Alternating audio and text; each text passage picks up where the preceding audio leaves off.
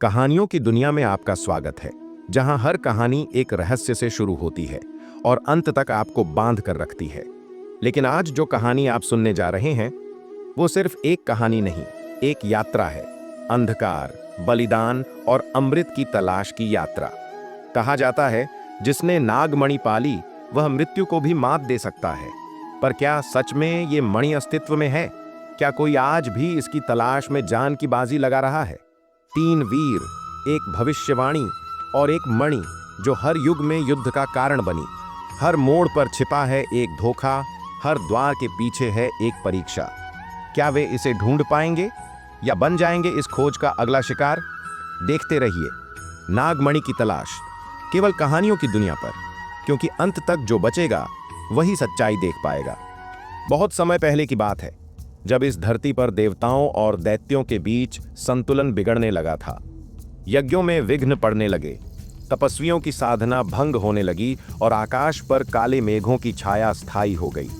ऐसे समय में हिमालय की गुफाओं में वास करने वाले एक महान ऋषि वेत्र ने दिव्य ध्यान में लीन होकर एक भविष्यवाणी की। उन्होंने देखा कि भविष्य में ऐसा समय आएगा जब पृथ्वी अंधकार से घिर जाएगी, जब सत्य और धर्म की रोशनी क्षीण हो जाएगी। उस समय धरती को बचाने के लिए एक दिव्य रत्न की आवश्यकता होगी, नागमणि। यह मणि सैकड़ों वर्षों से नागलोक में सुरक्षित थी और इसकी रक्षा कर रहे थे सर्पों के देवता, स्वयं शेषनाग। ऋषि ने यह भी देखा कि नागमणि केवल बल से नहीं, बल्कि तप, त्याग और सच्चे उद्देश्य से प्राप्त की जा सकती है। उसे पाने के लिए तीन विशेष आत्माओं का जन्म होगा, तीन अलग अलग स्थानों, परिस्थितियों और संस्कारों से। वे तीनों मिलकर नागमणि की खोज करेंगे, एक यात्रा जो न केवल संसार को बचाएगी, बल्कि उनके अपने भीतर के अंधकार को भी उजाले में बदलेगी। उस दिन से ऋषियों ने यह भविष्यवाणी लिपिबद्ध कर दी और हिमगिरी के गोपनीय ग्रंथों में सुरक्षित कर दी गई। किंतु युग बीतते गए, भविष्यवाणी को किंवदंती मान लिया गया। किसी को यकीन न रहा कि नागमणि कोई असली वस्तु है, यह बस एक लोक कथा बनकर रह गई। परंतु समय बदलने लगा था। मध्य भारत के एक छोटे से राज्य राजपुर में अजीब घटनाएं घटने लगीं। खेतों में फसलें अचानक सूखने लगीं, नदी का पानी दिन ब दिन काला होने लगा और लोगों को अजीब सपने आने लगे। इन सपनों में उन्हें एक ही आकृति दिखती थी, एक चमकती हुई मणि जिसके चारों ओर नागों का घेरा था, और पीछे एक आवाज आती थी, समय आ गया है, उठो, बढ़ो और खोज करो। इन स्वप्नों को देख रहे थे तीन युवक, तीन अलग अलग क्षेत्रों में, जिनकी परिस्थितियां, संस्कार और जीवन शैली एक दूसरे से बिल्कुल भिन्न थीं। पहला था अर्जुन, राजपुर के युवराज, बचपन से युद्ध कला में निपुण, परंतु अत्यंत शांत और न्यायप्रिय। वह अपने पिता महाराज वीरेंद्र से हमेशा प्रश्न करता, यदि सत्य की राह कठिन हो तो क्या हम उससे भी मुंह मोड़ लें? और उत्तर में उसे मिलता था, राजा वही जो कठिन रास्ता चुनता है, भले ही अकेला हो। दूसरा था वीर, उत्तर के वन प्रदेश का निवासी। वह जंगलों में पला बढ़ा, पशु पक्षियों से संवाद कर सकता था और प्रकृति से गहराई से जुड़ा हुआ था। उसके पिता एक समय में जंगल के प्रहरी थे, लेकिन एक दैत्य द्वारा मार दिए गए थे। वीर ने प्रतिज्ञा ली थी कि वह जंगल की रक्षा अपने प्राणों से करेगा। तीसरा था यश, पूर्व में स्थित एक तपोवन का शिष्य। उसकी बुद्धि तीव्र थी पर मन चंचल। उसने हजारों ग्रंथ पढ़े थे, परंतु आत्मा की शांति अब तक न पा सका था। उसके गुरु, एक वृद्ध सन्यासी, अक्सर कहते, ज्ञान तब तक अधूरा है जब तक वह सेवा में न लगे। तीनों को एक ही रात स्वप्न आया, हिमगिरी की ओर बुलावा। एक साधु की आकृति, सफेद जटाएं, तीसरी आंख चमकती हुई, और वह कह रहा था, तुम तीनों को मिलना होगा, समय आ गया है, नागमणि की राह खुल चुकी है। तीनों युवकों ने अपने अपने जीवन में बहुत कुछ छोड़ने का निर्णय लिया और हिमगिरी की यात्रा शुरू की, अलग अलग दिशाओं से, लेकिन एक ही लक्ष्य की ओर। हिमगिरी की वादियों में, जहां बर्फीली हवाएं गूंजती थीं और चीलें ऊपर आकाश को चीरती थीं, वहां एक प्राचीन कुटी के सामने तीनों पहुंचे। वहां वह साधु उन्हें प्रतीक्षा करते मिले, जिनकी आंखें संसार से परे कुछ देखती प्रतीत होती थीं। उनका नाम था ऋषि चंद्रकेतु। उन्होंने तीनों को देखा और मंद मुस्कान के साथ बोले, तुम तीनों अलग हो, पर एक ही आत्मा के तीन भाग हो। नागमणि की राह अब तुम्हारी है, पर यह यात्रा आसान नहीं होगी। यह तप है, संघर्ष है, बलिदान है और अंत में सत्य की पहचान।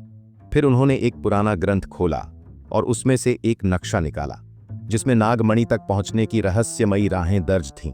पहला चरण था चंद्रवन की परीक्षा। तीनों युवाओं ने अपने प्राणों की सौगंध खाई कि वे मानवता के कल्याण के लिए इस यात्रा को शुरू करेंगे। नागमणि की तलाश अब शुरू हो चुकी थी। हिमगिरी के शिखर से निकलते ही ऋषि चंद्रकेतु ने तीनों योद्धाओं को एक दिशा की ओर संकेत किया। वहां पूर्व दिशा में फैला है चंद्रवन, उन्होंने कहा, जहां रात्रि कभी समाप्त नहीं होती। यह वन तुम्हारे मन के भीतर छिपे भय और भ्रम का प्रतिबिंब है।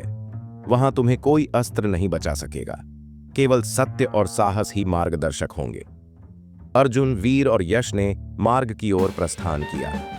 रास्ते में बर्फ पिघलती रही, हवाएं कभी कोमल तो कभी कठोर बनकर उन्हें परखती रहीं। 4 दिनों की कठिन यात्रा के बाद वे उस रहस्यमयी जंगल के मुहाने पर पहुंचे। सूर्य वहां भी था, पर उसकी किरणें चंद्रमा की ठंडी छाया में खो गई थीं। हवा में एक अजीब सी नमी थी, मानो कोई रहस्य हर पत्ते पर लिपटा हो। जैसे ही वे अंदर दाखिल हुए, अचानक तीनों की दृष्टि धुंधली होने लगी। अर्जुन ने आंखें बंद कीं और ध्यान लगाया। फिर बोला, इस वन में बाहरी नहीं, आंतरिक दृष्टि की आवश्यकता है।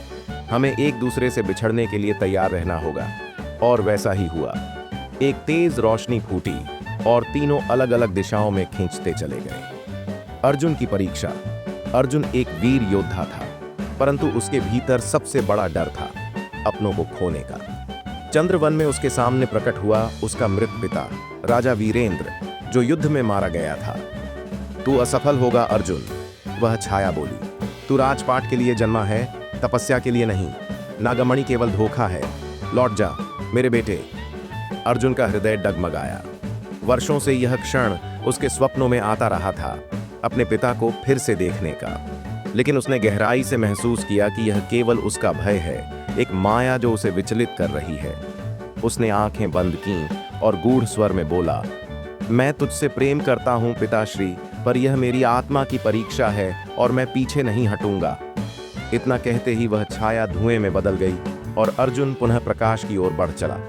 वीर की परीक्षा। वीर को सामने दिखाई दिया उसका कबीला, बर्बाद, जलते हुए झोंपड़े, मरते हुए बच्चे। उसकी मां की चीखें जंगल में गूंज रही थीं। वह दौड़ा, लाठी उठाई और उस अधम राक्षस पर टूट पड़ा जो सब कुछ नष्ट कर रहा था। पर जैसे ही उसने वार किया, सब कुछ अदृश्य हो गया। एक स्वर आया, तू अब भी क्रोध से ग्रसित है वीर? क्या तू अपनी रक्षा कर रहा है या अपने अतीत से बदला लेना चाहता है? वीर का हाथ कांपने लगा। वर्षों की तपस्या, वन से जुड़ाव और प्रेम, सब उसके क्रोध से खतरे में था। उसने गहरी सांस ली, हथियार जमीन पर फेंका और बोला, मेरा पथ रक्षा का है, प्रतिशोध का नहीं। मैं वन का सेवक हूं, स्वामी नहीं। तुरंत ही जंगल की हवा बदल गई और उसे राह दिखाई देने लगी। यश की परीक्षा। यश के सामने आई उसकी असंख्य पुस्तकें, ग्रंथ और उनमें से निकली आवाजें। तू सबसे श्रेष्ठ है, तेरा ज्ञान सबसे महान है, बाकी 2 केवल तेरे सहायक हैं। मणि तुझे ही मिलनी चाहिए। वह ठिठका।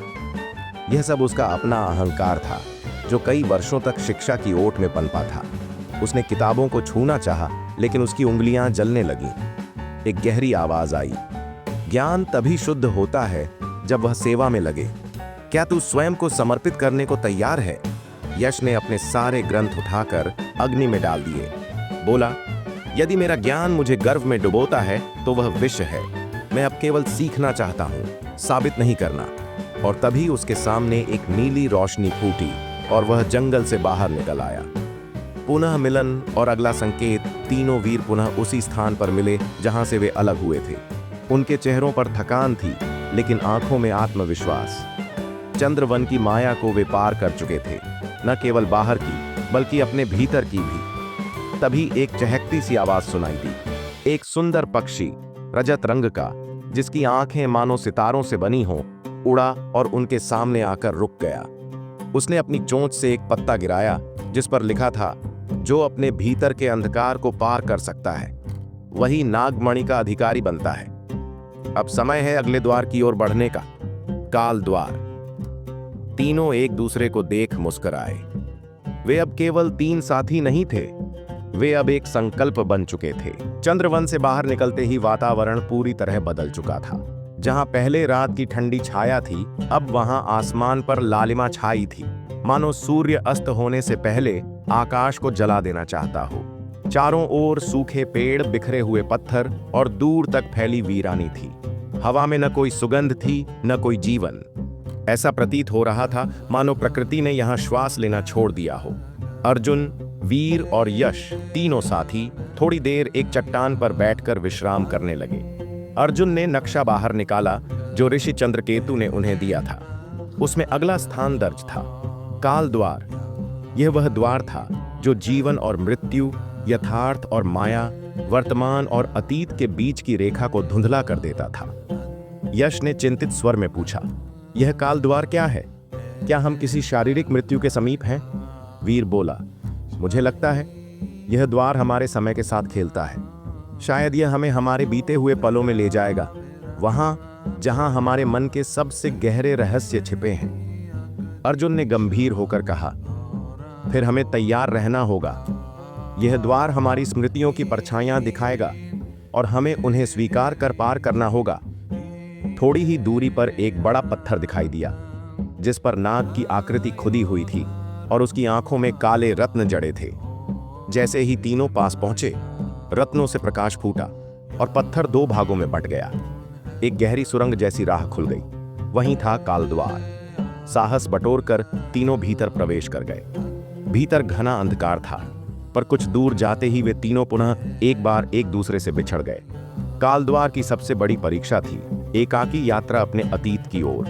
अर्जुन और उत्तरदायित्व की छाया। अर्जुन के सामने दृश्य उभरा, राजपुर की सभा, जहां एक निर्दोष किसान को चोरी के झूठे आरोप में कैद कर दिया गया था। वह दृश्य फिर जीवंत हो उठा। किसान की आंखों में आंसू, उसका बच्चों के लिए रोना और अर्जुन का मौन रह जाना, क्योंकि उसके पिता ने आदेश दिया था। मैं उस दिन कुछ नहीं कर सका, अर्जुन बुदबुदाया। सामने वह किसान अब प्रेत बन चुका था। राजा का बेटा होकर भी तू अन्याय के आगे झुका अर्जुन, क्या यही तेरा धर्म है? वह छाया गरजी। अर्जुन की आंखों से पश्चाताप के आंसू बहने लगे।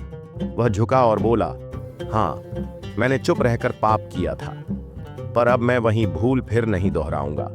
मैं उस किसान के लिए प्रायश्चित करूंगा, हर पीड़ित की आवाज बनूंगा।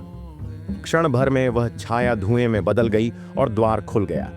वीर और पीड़ा की प्रतिज्ञा वीर के सामने उसका अतीत पुनः जाग गया। बचपन की रात, जब उसके पिता को राक्षसों ने मारा था, उस रात का भय, उसकी मां की चीखें और उसका बचपन छिन जाना, सब कुछ सामने जीवंत हो गया। लेकिन इस बार दृश्य कुछ अलग था। वह देख रहा था कि उसके पिता ने एक राक्षस को नहीं मारा था, बल्कि उसे बचाने की कोशिश की थी। वह राक्षस एक बार मानव था, विकृत, भूखा और दर्द से भरपूर। क्या तू जानता है कि तेरा शत्रु स्वयं कभी पीड़ित था? एक गूढ़ स्वर गूंजा। वीर स्तब्ध रह गया। क्रोध ने वर्षों तक उसके जीवन को दिशा दी थी, पर अब उसे झांत हो रहा था कि हर पीड़ा के पीछे एक कहानी होती है। उसने अपना भाला नीचे रख दिया और बोला, अब से मैं रक्षक बनूंगा, न्याय का वाहक, not a Hunter but a healer. अचानक सामने उजाला फूटा और रास्ता साफ हो गया। यश और ज्ञान का मोह। यश के सामने उसकी सबसे प्रिय पुस्तकें प्रकट हुईं। उनमें से एक किताब खुद बोलने लगी, तू हमसे दूर जाना चाहता है यश, तू जो बन पाया वो हमसे ही है। तू इस यात्रा में आगे नहीं बढ़ सकता, क्योंकि बिना हमारे तू कुछ नहीं। यश चुपचाप बैठा। उसने किताब उठाई और कहा, ज्ञान मेरा मित्र है, मेरा मार्गदर्शक, नॉट माय मास्टर। किताबें धुएं में विलीन हो गईं और उसके सामने एक पत्थर पर नया मंत्र उभर आया, सच्चा ज्ञान वह है जो अहंकार को नष्ट करे। यश मुस्कुराया और द्वार उसके लिए खुल गया। पुनर्मिलन और एक रहस्य काल द्वार की संकरी गलियों से गुजरकर तीनों साथी एक बार फिर मिल गए। उनके चेहरों पर दृढ़ता थी, आंखों में साहस और आत्मा में शांति। तीनों अब और भी अधिक जुड़े हुए थे, जैसे उनके अतीत ने उन्हें मुक्त कर दिया हो। जैसे ही उन्होंने द्वार के बाहर कदम रखा, सामने एक गुफा की दीवार पर एक नई चमक दिखाई दी। उस पर नागलिपि में कुछ लिखा था, नागमणि पाने से पहले तुम्हें मृत्यु को छूना होगा और जीवन को त्यागना होगा। अगला पड़ाव, मृत्युगंगा। तीनों ने एक दूसरे की ओर देखा। अब कोई भ्रम नहीं था, कोई भय नहीं। आगे जो भी आए वे एक साथ उसका सामना करेंगे। लेकिन ये तो बस शुरुआत थी।